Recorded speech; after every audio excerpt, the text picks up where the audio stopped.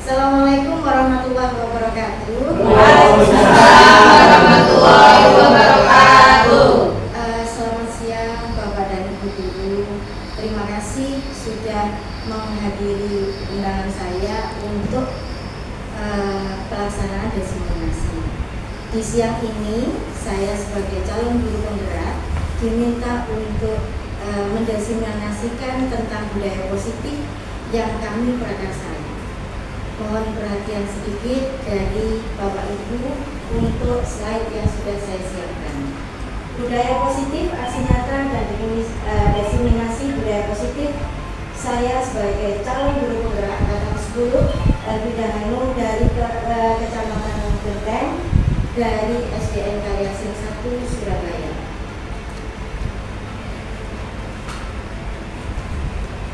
Baik Bapak Ibu, budaya seperti kita ketahui bersama bahwa budaya positif sudah terlaksana di sekolah kita. Budaya positif yang ada di Karyasin 1 Surabaya yang pertama yaitu menerapkan 5S: senyum, salam, sapa, sopan, dan santun. Kemudian kita juga melaksanakan berdoa sebelum dan sesudah belajar, dan juga sholat duha dan sholat duhur berjamaah.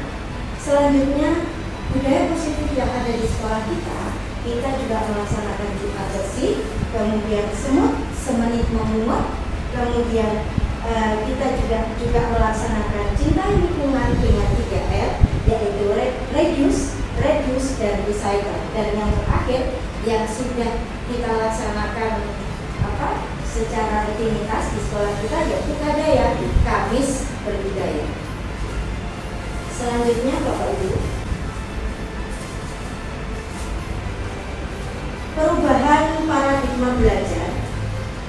Yang pertama, saya memaknai bahwa pembelajaran yang berpusat pada murid dengan prosesnya sesuai dengan kebutuhan dan tahap perkembangannya. Prakarsa budaya positif yang saya kembangkan yaitu yang pertama, guru menerapkan pembelajaran berdiferensiasi berdasarkan readiness. Readiness di sini adalah kesiapan belajar siswa.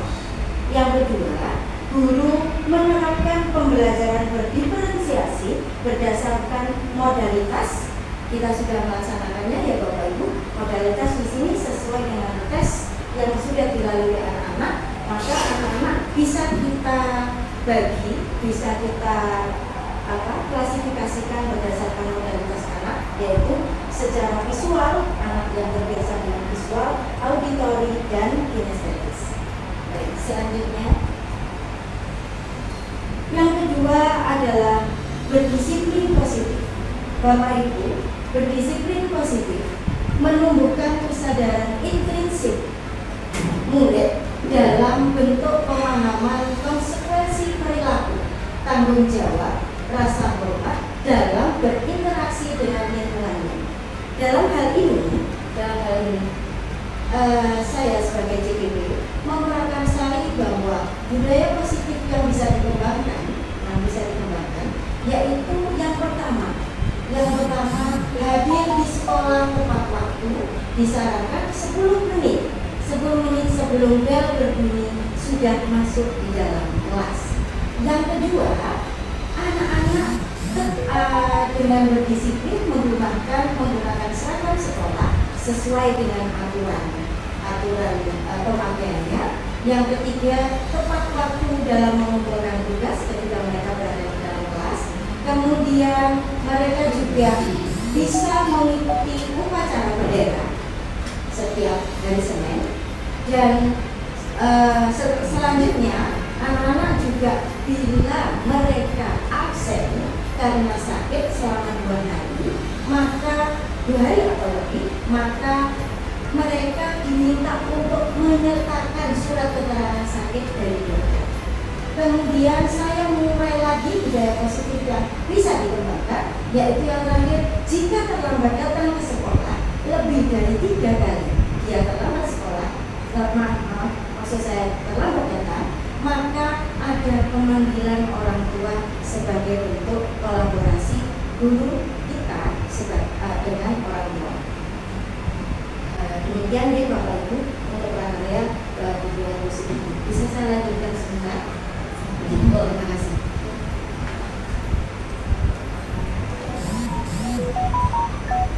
Selanjutnya yang ketiga yaitu memotivasi perilaku manusia. Saya memaknai motivasi perilaku manusia ini adalah bahwa ada kecenderungan sikap dan perilaku manusia itu berdasarkan 3 motivasi. Yang pertama, menghindari ketidaknyamanan dan hukuman. Ini adalah motivasi intrinsik, maksud saya ekstrinsik ya, dari luar ya. Kemudian yang kedua, mendapatkan imbalan dan penghargaan dari orang lain. Ini sebagai motivasi ekstrinsik juga untuk anak-anak. Dan yang terakhir, menjadi yang mereka inginkan dan menghargai sendiri dengan nilai-nilai yang dipercaya sebagai motivasi intrinsik. Nilai-nilai yang dipercaya ini anak-anak mengembangkannya pada saat kita membuat kesepakatan dengan saudara. Jadi anak-anak di situ akan berpedoman, hari ini saya akan bersikap baik di dalam kelas, hari ini saya akan menghormati teman saya yang berpendapat dan seterusnya seperti itu. Adapun prakarsa untuk budaya positif yang saya kembangkan, satu, tidak menyalahkan anak di depan kelas. Kita selalu kayak dulu. Jadi kalau memang anak-anak kita ada kesalahan, kita menyalahkan. Coba perhatikan ini, Alza sudah datang terlambat. Salah atau tidak? Itu yang harus kita bicara. Karena apa? Kita harus menghindari ketidaknyamanan keadaan. Akhirnya kalau kita menjudge menunjukkan ketidaknyamanan Azhar, tadi saya mencontohkan Azhar ini siswa saya, dia akan bad mood ketika selama belajar seperti itu. Yang kedua, prakarsa saya yaitu mengapresiasi prestasi anak. Saya yakin Bapak Ibu semua sudah melaksanakan ini. Karena apa? Setiap kita mendapati murid kita memiliki prestasi dalam pembelajaran, kita selalu memberikan reward. Benar ya, memberikan reward, memberikan penghargaan bahwa dia akan lebih berprestasi. Dan terakhir, merespon dengan baik keluhan siswa. Ini kita sebagai guru wajib untuk bisa menampung keluhan-keluhan apapun itu, entah dia tidak nyaman atau dia menginginkan sesuatu, kita harus bisa menjembatani. Selanjutnya, yang keempat adalah kebutuhan dasar kita sebagai manusia. Saya memaknai kebutuhan dasar ini yaitu kebutuhan dasar kita sebagai manusia ini secara ilmiah ini ada 5 poin. Yang pertama, kebutuhan bertahan. Kita sebagai manusia ingin bertahan hidup, benar ya. Yang kedua, kebutuhan untuk diterima dengan kasih sayang dan diterima dan diterima oleh yang lain. Yang ketiga, kebutuhan pengakuan atas kemampuan. Jadi kalau misalnya kita saja sebagai Bapak Ibu guru, misalnya kita punya ada tugas dari Bapak Kepala Sekolah, kemudian Bapak Sekolah mengapresiasi dengan baik, perasaan kita bagaimana? Kita akan sangat puas dengan tugas yang kita laksanakan ini. Jadi butuh pengakuan, butuh penguasaan pada suatu tugas yang diberikan. Yang keempat yaitu kebutuhan akan pilihan. Kita bebas sebagai manusia memilih mana yang kita sukai dan mana yang tidak kita sukai. Dan yang terakhir yaitu kebutuhan untuk merasa senang. Senang dimanapun kita berada, itu akan menimbulkan energi positif untuk diri. Dan prakarsa positif budaya positif yang saya kembangkan yaitu membiasakan berbagi, bagi dan berbagi. Jadi kita bisa sharing dengan anak-anak, bisa memberikan motivasi bahwa jika kalian memang, ini contoh kecil kan, ada anak yang sudah membawa bekal itu dia dalam keadaan membawa bekal yang cukup baik, maka kita bisa memotivasi itu lebih aman.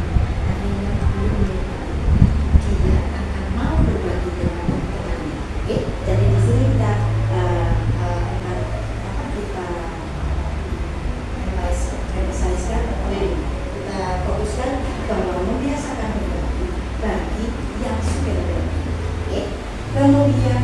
kita dapat menumbuhkan rasa empati antar teman ke anak, kita bisa komunikasi. Yang ketiga, tidak membuli antar teman, itu sudah kita lakukan semua. Dan yang terakhir, melakukan kegiatan kebersamaan seperti foto, kita juga sudah melaksanakan. Ketika kita melaksanakan ATS, kegiatan tengah semester ataupun di akhir semester. Bisa saya lanjut sedikit kan? Baik, selanjutnya posisi kontrol restitusi, bahwa 5 posisi kontrol yang wajib diterapkan oleh guru, yaitu ada penghubung. Ini adalah posisi kontrol restitusi, ini pilihan yang panjenengan bisa pilih. Ada posisi penghubung, ada posisi pemantau, ada posisi pembuat rasa bersalah, ada posisi teman, dan ada posisi manajerial. Sedikit kalau kita posisi penghubung, satu contoh kecil. Ketika mungkin ini seperti Bapak Ibu dulu orde lama, jadinya kalau ada siswa yang salah, maka spontan dia, kamu tidak boleh ikut belajar karena kamu sudah terlambat 5 menit, silahkan keluar dari kelas. Nah, ini satu contoh posisi penghubung. Kalau kita sebagai posisi, jadi 5 posisi ini bisa panjenengan pilih, panjenengan menempatkan yang mana. Satu contoh posisi pemantau, anak yang datang terlambat, kita tidak menghukum secara, kita tetap memberikan dia kebebasan untuk duduk bersama dengan teman-teman di situ. Dan di situ kita memberikan wacana bahwa bisa nggak kita ajak ngobrol sebagai teman, bisa nggak kamu anak-anak ini berangkat, kesalahan kamu apa? Coba ingat dari kesepakatan kelas ya, seperti itu. Dia kalau merasa dia karena saya kurang ngerti, caranya memperbaiki seperti apa? Ya kita tawarkan, mungkin saya bisa. Nah, kita lihat perkembangan anak yang hari ini terdapat, apakah dia besok terlambat? Kalau dia besok sudah tidak terlambat, berarti dia sudah bertanggung jawab dan menepati janjinya. Di situ kita hanya sebagai pemantau. Jadi 5 posisi kontrol restitusi di sini panjenengan bisa memilih posisi mana. Ada efek yang kurang baik di posisi penghubung. Di posisi penghubung memang satu akan membuat anak jelas secara langsung, tapi secara psikologi anak itu langsung merasa sangat bersalah dan dia tidak akan bisa mengikuti kegiatan belajar. Kalau saya pribadi, saya tidak memilih di posisi penghubung, saya memilih di posisi pemantau teman dan menjadi seperti itu. Jadi kalau itu saya punya pilihan yang cukup bagus dan sesuai dengan keinginan. Prakasa untuk budaya positif yang saya katakan, guru diharapkan membiasakan untuk memposisikan sebagai posisi manajer. Jadi saya ini hanya prakasa saya, barangkali nanti Bapak Ibu berkenan di posisi manajer. Kemudian posisi ini guru mengerjakan sesuatu bersama-sama dengan siswa, memotivasi siswa untuk mempertanggungjawabkan segala perilakunya serta mendukung siswa untuk menemukan solusi permasalahan yang dihadapi oleh siswa itu. Ini hanya prakasa. Betapa indahnya kita di satu sekolah yang besar ini, kita jika kita menghadapi siswa yang melanggar peraturan, kita bisa memposisikan diri kita sebagai guru untuk posisi ini. Baik, saya lanjut. Nah, Bapak Ibu, di video ini saya akan menghadirkan sebuah video. Nanti Bapak Ibu bisa sedikit menganalisa mana itu tadi posisi penghubung, posisi pemantau, posisi teman dan manajer. Izin untuk menyalakan diri.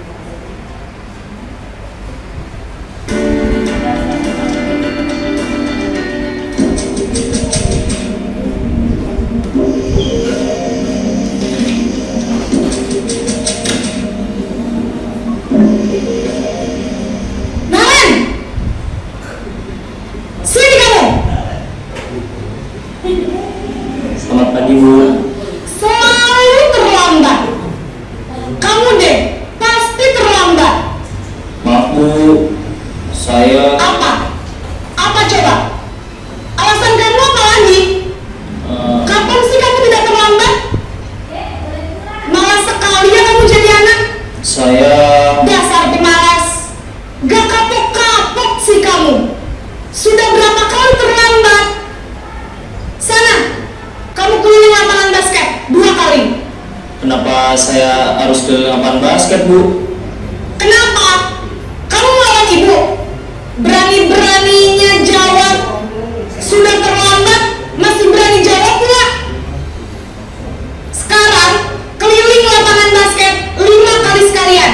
Biar kapok. Cepat, pergi sana ke lapangan basket.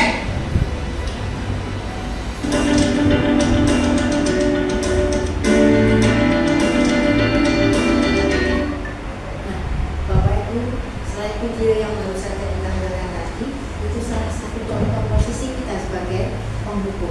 Jadi anak kita sebagai guru ini belum selesai mendengarkan anak itu menjelaskan apa alasannya, tapi kita sudah dengan emosi kita sudah keliling lapangan dan sebagainya. Mudah-mudahan tidak terjadi di sekolah. Baik, karena yang ukur semaput. Baik, Bapak Ibu, ini yang terakhir adalah keyakinan kelas. Makna dari keyakinan kelas ini adalah pernyataan secara universal. Pernyataan universal ini secara bersama-sama yang dibuat dalam bentuk kalimat positif. Keyakinan kelas dibentuk untuk menertibkan siswa di dalam kelas. Menertibkan di sini bukan dalam artian pemaksaan, tapi lebih kepada tanggung jawab dari setiap siswa. Bapak Ibu, saya yakin panjenengan sudah melaksanakan keyakinan kelas ini. Biasanya kita bentuk kapan? Setelah selesai pembelajaran atau sebelum pembelajaran? Sebelum pembelajaran, ya, karena memang di situ adalah kesepakatan kita bersama anak-anak. Selanjutnya prakarsa saya, yaitu ini hanya prakarsa dari keyakinan kelas saya, Ibu. Yang pertama yaitu menjaga kebersihan, disiplin dalam menjaga waktu, saling menghargai, aktif dalam kegiatan, berkata sopan dan saling tolong menolong. Nah, keyakinan kelas bisa dicontohkan seperti ini dengan kata-kata kalimat positifnya seperti ini: kebersihan kelas, bertanggung jawab, tanggung jawab bersama, saling menghargai, hadir di kelas tepat waktu, aktif dalam kegiatan pembelajaran. Kalau tidak salah di kelasnya Bu Yeni Sampun, ya, di kelasnya Bu Yeni Sampun. Kemudian di kelasnya Bu Emil sudah juga keyakinan kelas sudah. Ini seperti itu keyakinan kelas. Saya yakin Bapak Ibu semua sudah baik. Segitiga skripsi Bapak Ibu. Ini adalah salah satu alternatif terbaik yang bisa kita ambil ketika kita menghadapi anak-anak bermasalah. Yang pertama yaitu kita dalam segitiga skripsi ada 3 poin. Yang pertama yaitu menstabilkan identitas. Menstabilkan identitas di situ kita bisa menstabilkan keadaan anak itu, ya. Mengubah identitas anak dari orang yang gagal menjadi kesalahannya menjadi orang yang sukses. Validasi tindak. Yang kedua validasi tindakan salah, dan yang ketiga adalah keyakinan, menanyakan keyakinan kelas yang dibuat. Contohnya langkahnya seperti ini. Dan ini saya lakukan ketika ada keluhan dari Ananda Selva bahwa ulangannya setiap hari dicontoh sama temannya yang lain. Dia mengeluhkan. Kebetulan saya ambil fotonya. Nah, Bapak Ibu, saya hadirkan kembali cara penanganan anak dengan menggunakan segitiga restitusi. Oke, untuk disimak sama-sama.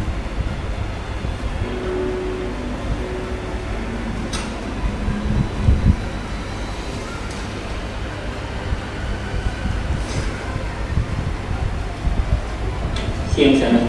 Siang Pak. Sudah lama nggak ketemu Sarah? Kenapa hadir dari di sini? Kesel Pak, kesel banget. Masa aku dikatain tukang fitnah Pak? Ya aku marah lah. Aku dari katain Eka di depan kelas. Kesel banget. Oh begitu. Ya pasti kamu marah dan kesal. Bapak juga akan marah apabila ada yang menuduh Bapak seperti itu. Nah, seperti itu adalah menstabilkan. Kemudian pada saat itu kamu mau melakukan apa? Ya saya langsung ngatain Eka lah Pak. Kesel banget. Saya bentak-bentak dia depan teman-teman lain. Oh begitu. Pasti kamu melakukan seperti itu karena suatu alasan tertentu kan? Iyalah, masa saya diam saja Pak? Ya saya bela diri lah. Masa saya dituduh tukang fitnah? Ya wajar lah. Mempertahankan harga diri itu sesuatu yang penting buat kamu. Untung kamu tidak bertindak lebih gegabah lagi, hanya membentak-bentak. Iya Pak. Untung saya masih bersabar dan hanya membentak saja. Sudah gemes padahal, saya pasti bela diri lah. Ya pasti ya. Tapi kamu memilih untuk tetap bertahan dan bersabar. Kamu memilih untuk tidak berbuat lebih parah lagi, bukan? Iya. Nah, sekarang coba kita lihat lagi tindakan kamu yang bentak-bentak Eka di kelas. Tindakan kamu itu kira-kira sesuai dengan keyakinan kelas atau prinsip kamu tidak? Enggak lah Pak. Capek Pak jadi pemarah. Jadi keyakinan atau prinsip mana yang kurang sesuai dengan keinginan kamu? Ya, saya sebenarnya sangat menghargai orang lain. Mungkin saat itu saya menjadi emosi, jadi tidak menunjukkan sikap itu. Kamu meyakini tidak? Menghargai orang lain itu penting buat kamu. Yakinlah Pak. Iya, setuju. Kita harus saling menghargai. Namun, ada juga keyakinan yang kita sepakati yang perlu kita jalankan apabila kita sedang marah, bukan? Dari situ Bapak Ibu, jadi rentetannya ini tadi setelah menstabilkan masalah, ada validasi tindakan yang sudah sah. Kemudian kita mengirim anak-anak kita untuk mengevaluasi sendiri. Dia mengevaluasi sendiri, siswa mengevaluasi sendiri keyakinan kelas yang sudah dilanggar. Jadi dia akan tahu caranya menemukan penyelesaian untuk kesalahan ini.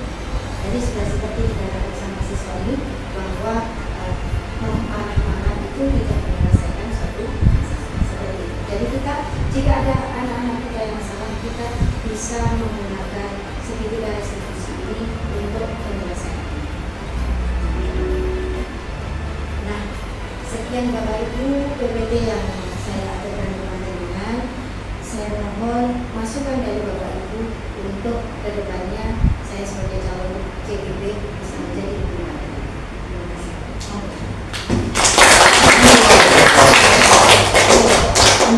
Kenapa nangis?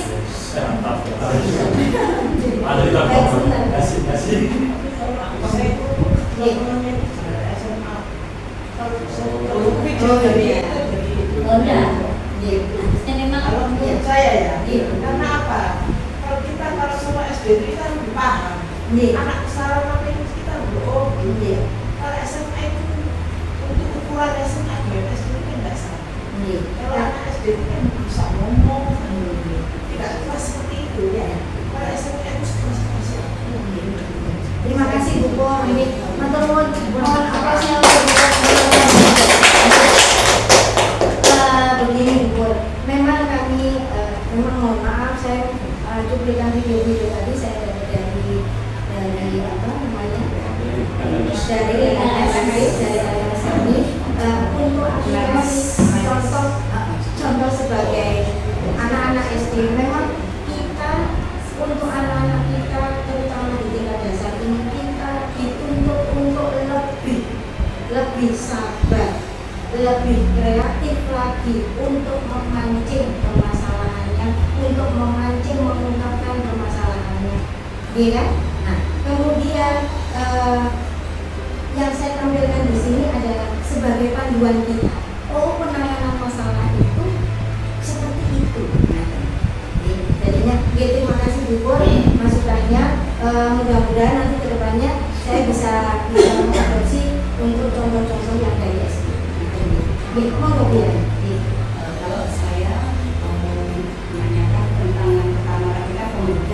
saya selesaikan lagi.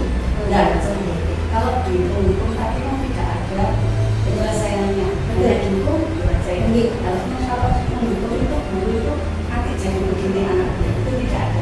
Tapi kalau yang di sini tadi kan ada ya. Gitu. Apa tadi ini yang belakang saya? Ya, untuk sertifikat itu ada. Kalau kamu melakukan ini, apa menurut kamu? Ada kan? Iya, ada. Tapi kalau yang menghukum tadi kan tidak ada.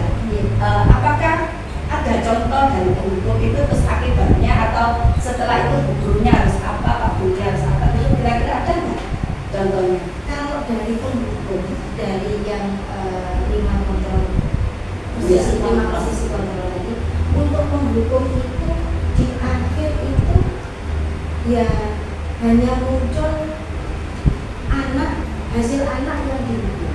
Hasil anak yang dihukum itu tadi dia dalam melaksanakan pembelajarannya dia akan sudah kehilangan semuanya, kehilangan mungkin rasa keinginannya untuk belajar saat itu ya, kemudian dia juga yang kedua secara psikologi kelihatan interlapangan itu dilihat temannya, dia akan malu yang timbul dari dirinya, malu dilihat temannya seperti itu. Makanya kita sebagai bapak ibu guru di sini kita hindari itu posisi anak. Mungkin dalam orde lama itu mungkin masih berlaku seperti itu, tapi kan sejalan dengan perkembangan pendidikan yang naik dan lebih baik nanti kita diarahkan untuk melaksanakan sertifikat restitusi. Ya, Terima kasih. Terima kasih. Monggo masukannya yang lain dari Pak Chandra mungkin. Pak Chandra mungkin bisa. Terima kasih waktunya Ibu. Kan di sini kita menangani siswa SD. Iya. Biasanya untuk melihat gejala-gejala atau anak itu ngomong langsung ke guru, Pak, saya ini, saya kan biasanya nggak ada. Kita tahunya nanti kalau sudah ada kejadian, soalnya langsung anak berkelahi atau apa. Itu bagaimana cara kita menyikapi biar paling nggak kita bisa menghindari kejadian itu sampai antisipasinya. Terima kasih. Mungkin saya dibantu oleh Bapak Ibu yang di sini dari Pak Chandra, masukan dari Bapak Ibu. Jadi antisipasi anak ketika kita di posisi sekolah dasar saat ini. Monggo kita bisa sharing jadinya nanti sebelum saya monggo. Ya, baik, terima kasih ke Ibu menanggapi dari pertanyaan Pak Chandra tadi. Ya, setiap anak itu kan mempunyai karakter ya. Nah, kalau di kelas 1 misalkan dalam satu kelompok misalnya kita kan berdiferensiasi. Nah, biasanya dalam satu kelompok ini pasti ada anak yang mungkin kita sudah tahu anak ini kelompoknya ini seperti ini. Nah, itu yang harus kita awasi gitu. Misalkan mungkin dalam pembelajaran, waktu istirahat. Nah, mungkin kalau kelas 1 mungkin enggak sederhana seperti kelas 5, kelas 6 ya Bu. Nah, mungkin di kelasnya Pak Chandra mungkin kelas 5 itu sudah ada ini grupnya anak-anak yang seperti itu lah. Itu mungkin kita lebih mengawasi dalam setiap pembelajaran atau istirahat. Nah, itu kita pantau anak tersebut sehingga kita tahu gelagatnya anak itu mau kemana seperti itu. Jadi sebelum terjadi kita sudah tahu gelagatnya anak seperti ini. Nah, seperti itu pendapat saya. Mungkin kita bisa mengidentifikasi kembali anak-anak ini. Terima kasih. Atau nuan beberapa ahli yang lain dari hal-hal yang menambahkan. Baik Pak Chandra, saya sedikit menambahkan dari beberapa nih. Jadinya menurut Bapak tadi kan kita itu sebelum memulai semuanya, memulai pembelajaran, kita kan sudah memilah, bukan memilah, mengklasifikasi anak sesuai modalitasnya. Ya, modalitasnya itu apakah dia masuk dalam visual, apakah dia masuk pada kinestetis atau pada auditor. Dari penjelasan dari maksud dari Pak Chandra tadi, kalau ada anak-anak yang tidak bisa mengungkapkan bahwa dia itu apa dia dibully oleh temannya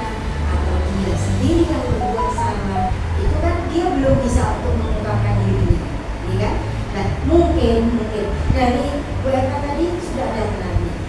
Tapi mungkin juga kita memang di posisi pemantau, kita bisa lebih aware lagi ke anak-anak.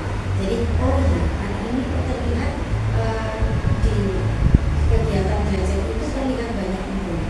Kita mungkin bisa melihat.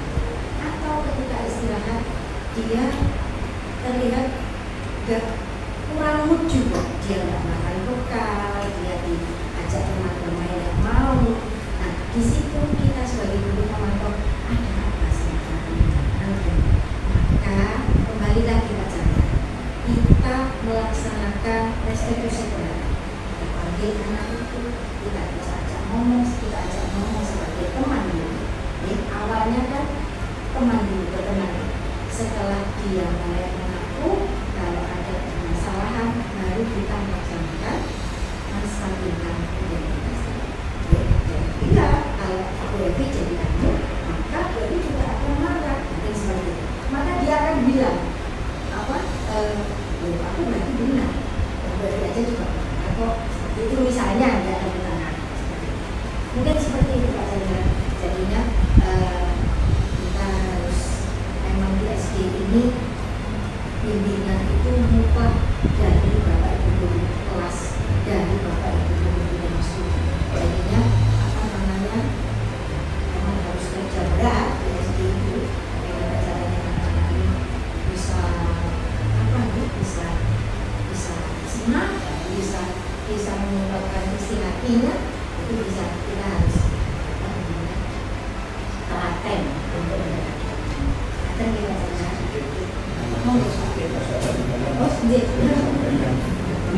Sama. Saya ingat kalau kita itu memang tugas guru itu sangat berasa. Kalau di SMP mungkin di SMA dan sebagainya itu ada yang namanya itulah tugas kita memang. Sehingga dengan nanti sedikit saya ingat dengan materi adanya uji. Tahun saya motivasi, ambil itu ya. Untuk ujian itu memang betul. Jadi anak itu kalau sudah kita mengidentifikasi dengan kita belajar, kita bisa melihat anak itu bagaimana arah kemana kita. Mungkin kita bisa uji. Karena antara uji dengan uji itu nanti ada saling interaksi.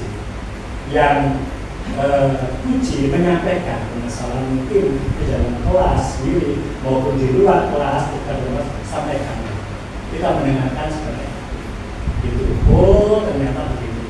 Biar nanti anak itu menjadi solusi sendiri. Kita hanya sebagai semangat ternyata betul. Permasalahan sendiri kemudian menemukan dengan sendiri. Itu ada dari kita.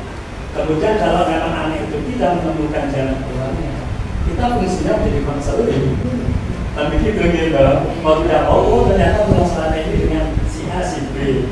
Bukan hanya dari satu kelas, mungkin di luar kelas. Maka tugas kita bisa memberikan pengarah terbaik untuk dia. Yang penting permasalahan kita tambah berfungsi, tapi nanti menambah lebih cari sampai terjadi. Kan begitu. Inilah tugas kita. Memang di SD ada yang namanya BB. Tapi tugas kita harus kita muncul dengan sendirinya. Begitu tugas kita luar biasa SD itu. Iya. Lebih banyak harus enak. Ya, betul. Ya, betul. Tapi ada loh, ini terjadi di kelas saya, di kelas 6C masyarakat. Ternyata kucing itu benar-benar tertekan. Pada pasal 10 itu mereka datang, kemudian menyampaikan mereka, kita mengingatkan, sehingga ternyata dia menemukan dengan sendirinya. Wah bagus ya sudah. Kalau itu sudah positif sudah dilakukan, oke, akan gitu ya. Tapi kalau nggak menemukan permasalahan, harus bisa menyesuaikan.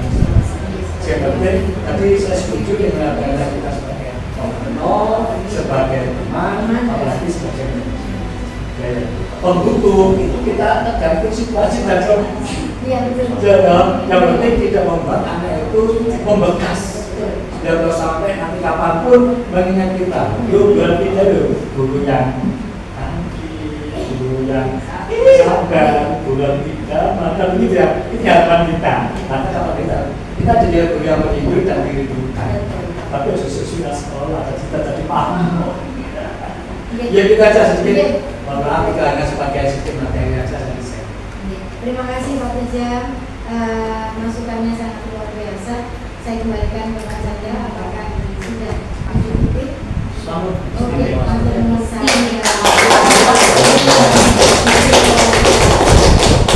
Lanjut, ada masukan lagi Bapak Ibu? Sedikit Mbak. Mungkin Mbak yang lain. Closing. Ya. Mas Gadis. Closing. Ya. Ini saya tambahkan contoh apresiasi. Iya. Itu kalau bisa jangan yang berprestasi. Berarti menunjukkan anak berperilaku yang baik.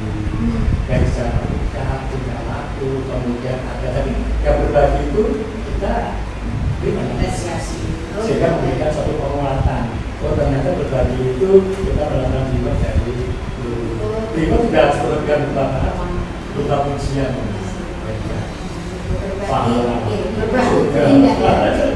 Itu ya satu prestasi. Pokoknya nanti anak-anak yang prestasi. Tapi untuk yang kembali kayak itu anak-anak perilaku anak-anak tidak ada. Jadi selama dilakukan baik itu prestasi, jadi anak perilaku anak saya tidak proses apresiasikan sesuai dengan Begitu ya teman-teman. Ya, jadinya sedikit masukan dari Pak Ijam bahwa apapun kegiatan anak, apapun yang mereka lakukan, kita jangan segan-segan untuk memberikan mereka apresiasi. Apresiasi tidak harus selalu berupa menang, pokoknya kamu sangat kasih coklat, tidak harus. Jadi apresiasi itu bisa berupa pujian dan sebagainya. Disetujui nggih? Oke, baik. Baik, ada masukan lagi Bapak Ibu? Tadi sudah positif. Lanjut. Baik. Tidak ada gitu. Bapak Samo, terima kasih banyak. Bu Lulu, ada masukan untuk budaya positifnya? Jadi sudah luar biasa, sangat menginspirasi. Ya, sangat menginspirasi. Baik Bapak Ibu, mudah-mudahan sharing informasi tentang budaya positif ini bisa memacu kita sebagai pendidik untuk menjadi lebih baik dan lebih baik lagi dalam mendidik putra-putri kita. Sekali lagi terima kasih atas rawuhnya. Mudah-mudahan sharing ini bisa bermanfaat untuk kita semua. Saya tutup pertemuan ini. Yang terakhir sekali saya mengaturkan terima kasih banyak Bapak Ibu sudah rawuh pada diseminasi yang saya sampaikan hari ini. Oke, terima kasih. Saya tutup. Wassalamualaikum warahmatullahi wabarakatuh. Waalaikumsalam warahmatullahi wabarakatuh.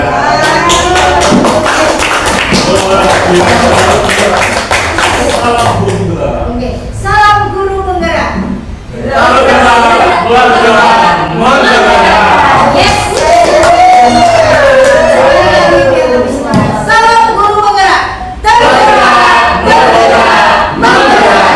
Oke. Baik, matur nuwun sangat. Boleh kembali.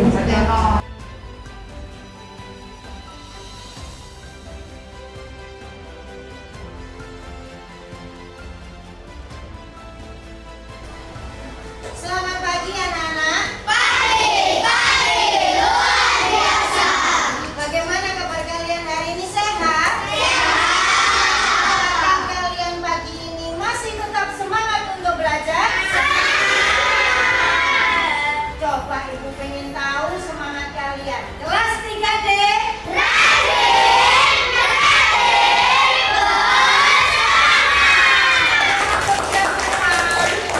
Anak-anak, sebelum kita belajar pagi ini, kita akan membuat kesepakatan kelas. Apa anak-anak? Oke, kesepakatan kelas kita pagi ini sebelum kita belajar, boleh kita mulai dari yang mana dulu ketika mau belajar. Selama belajar dalam satu hari ini, kalian menginginkan yang seperti apa? Siapa yang mau mengusulkan pendapatnya? Kelas kita pagi ini seperti apa? Sophia? Oke, senang. Kelas kita pagi ini suasana senang. Baik. Selain itu, apalagi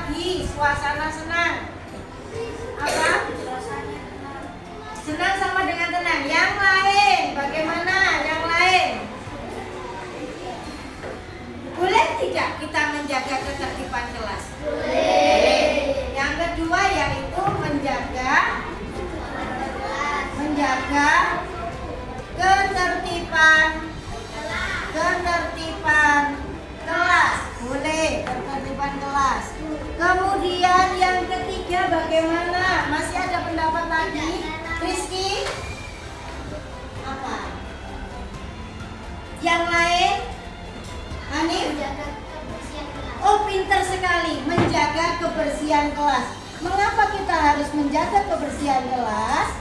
Karena agar kelas kita tidak aku belajar menjaga kebersihan kelas. Oke, selanjutnya siapa yang dapat lagi? Yang keempat bagaimana? Menjaga lingkungan sama menjaga kebersihan kelas. Yang lain siapa? Tidak terlambat. Akhirnya ada yang terlambat. Siapa yang terlambat? Berarti besok dan seterusnya tidak boleh terlambat. Yang lain bagaimana? Pintar sekali. Saling menghormati. Menghormati siapa saja? Menghormati ya. Boleh saling menghormati guru dan teman-teman. Saling menghormati teman seperti apa? Pintar.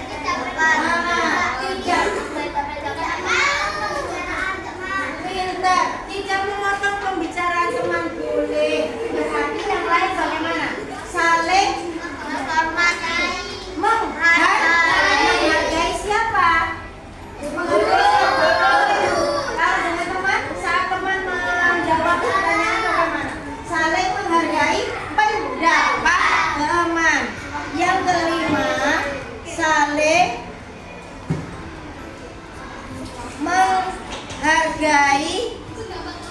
menghargai pendapat teman, ya kan?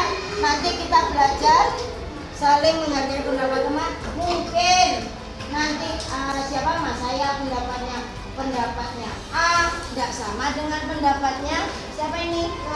Dira B. Ya, kita saling menghargai. Ada lagi yang bisa ditambahkan? Cukupkah untuk hari ini? Kita buat kesepakatan ya.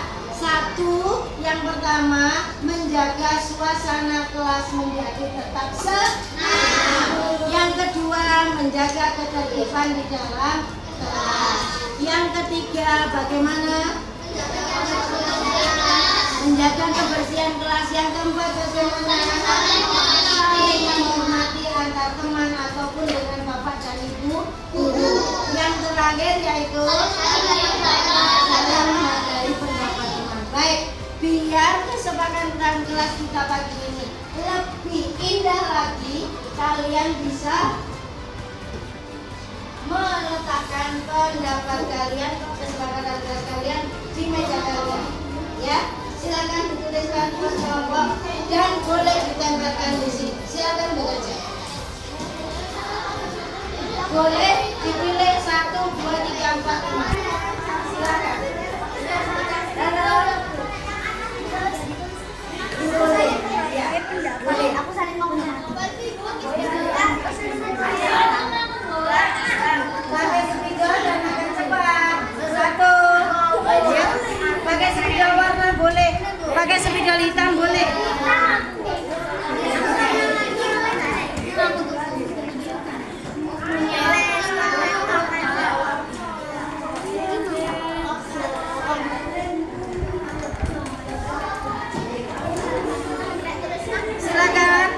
Silakan dituliskan.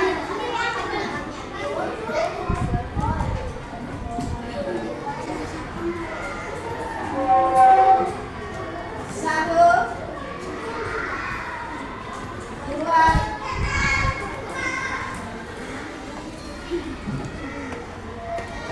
yang sudah boleh segera maju ke papan dan ditempelkan.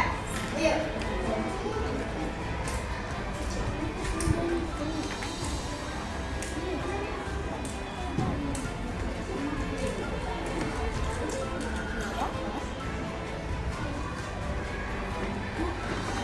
Silakan dituliskan.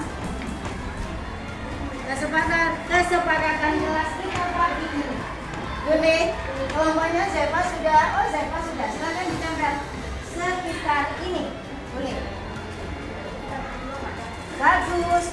Siapa memilih saling menghormati teman dan Bapak Ibu guru?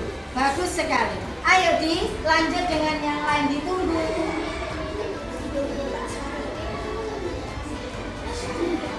Ditunggu. Ayo ditunggu.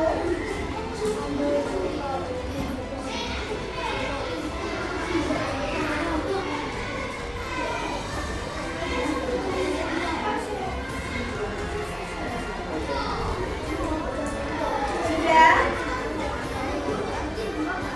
Boleh, boleh. Bu, saya mau menyebutkan 2 boleh? Boleh, silakan ditempel. Boleh. Silakan ditempel.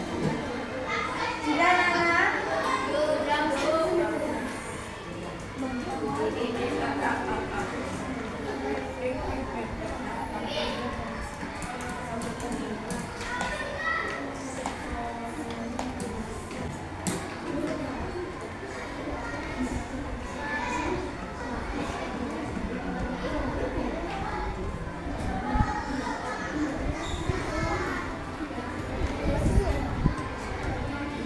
Ayo, tempelan selanjutnya siapa?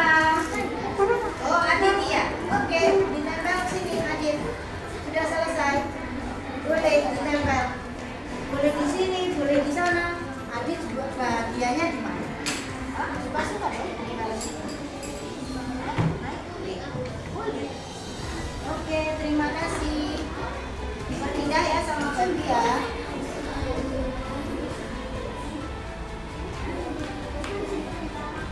Boleh. Sama? Ya boleh, ditempel saja. Maju. Boleh, bagus sekali. Iya. Oke, yang lain kok boleh kita lihat hijau ya? Boleh, boleh. Mas saya silakan. Silakan. Yang hijau ataupun yang biru yang sudah selesai, boleh ditempel. Mas saya. Naik sayang, naik. Naik lagi. Oke, boleh. Boleh di sini. Bagus sekali. Ini kan. Oke, yang lain boleh di sini naik. Boleh. Bagus. Yang lain dulu. Boleh. Ya. Boleh. Masih ada kelompok yang belum? 1 saja atau 2 saja cukup. Ya. Boleh. Ya, naik. Ya. Boleh, bagus sekali. Masih ada tak? Masih ada tak? Boleh? Masih ada? Sini, makan sini.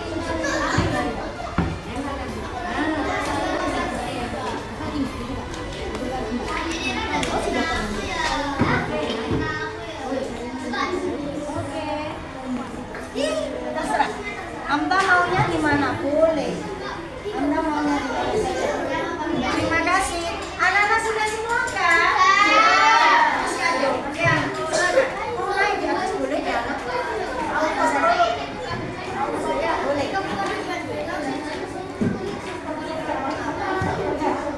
Belakangnya di sini ya. Sini di sana. Oke. Belakangnya di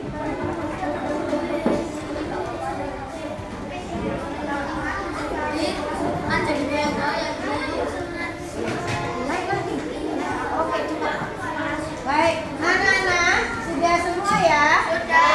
Pagi ini kelas kita sudah punya kesepakatan bersama. Ayo kita bunyikan bersama-sama. Sebentar.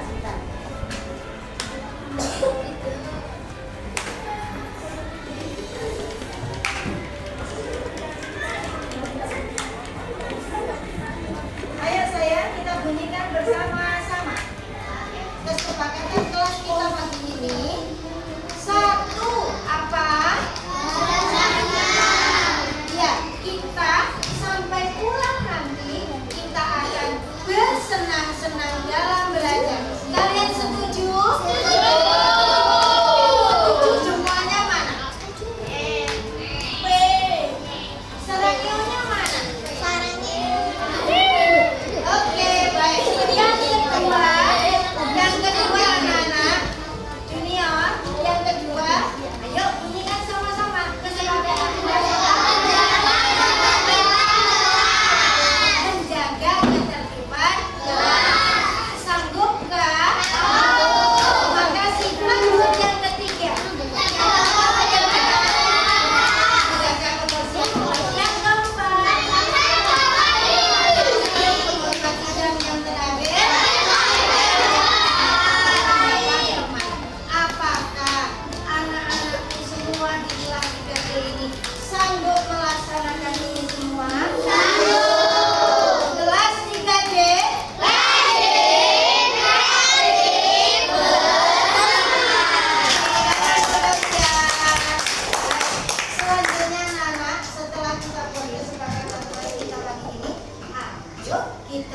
mulai belajar. Tapi sebelum mulai belajar, kita bernyanyi bersama-sama ya. Kita bernyanyi di sini senang, di sana senang, bisa? 1, 2, 3. Di sini senang, di sana senang, di kanan di sana. Di sini senang, di sana senang, di mana itu senang.